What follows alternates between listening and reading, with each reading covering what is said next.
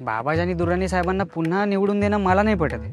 म्हणजे मागच्या वेळी ते आमदार होते तेव्हा फारसा फरक नाही जाणवला. फरक नाही जाणवला? अरे आपण रोज कॉलेजला जातो, तो रस्ता किती खराब झालाय. त्यांच्या आमदारकीच्या काळात तो होता का तसा? नाही ना. अरे रस्त्यांबरोबरच आता बांधाऱ्यांमुळे पाथरीतील शेतकऱ्यांना पाणी मिळायला लागलंय आणि त्यांच्या सिंचन प्रकल्पामुळे आता सगळी शेती हिरवीगार झाली. हो ते तर आहे. अरे पण ते बाबाजानी दुर्राणी साहेब हे मुसलमान आहेत आणि ते फक्त एकाच समाजासाठी काम करतात असं मला वाटतं.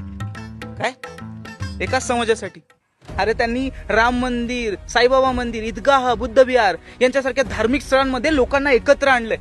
अरे ते सर्व धर्मांचा सन्मान करतात आणि लोकांना एकत्र घेऊन येतात. मी तर म्हणतो ना, सर्व धर्म समभाव याचं एक उत्तम उदाहरण म्हणजे बाबाजानी दुर्राणी साहेबच. अच्छा, मग मीच चुकीचं ऐकलं असावं.